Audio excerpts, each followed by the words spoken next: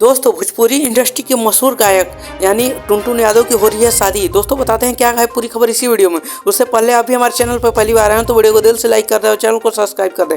दोस्तों आपको बता दें कि भोजपुरी के मशहूर सिंगर यानी टुनटुन यादव की शादी हो रही है और उनकी शादी यही 2 दिन पहले हुई। इनके शादी में मशहूर कलाकार यानी बहुत बड़े बड़े अभिनेता पहुंचे। दोस्तों आपको बता दें कि इनकी शादी में पवन सिंह या खेसारी लाल कोई नहीं दिखे।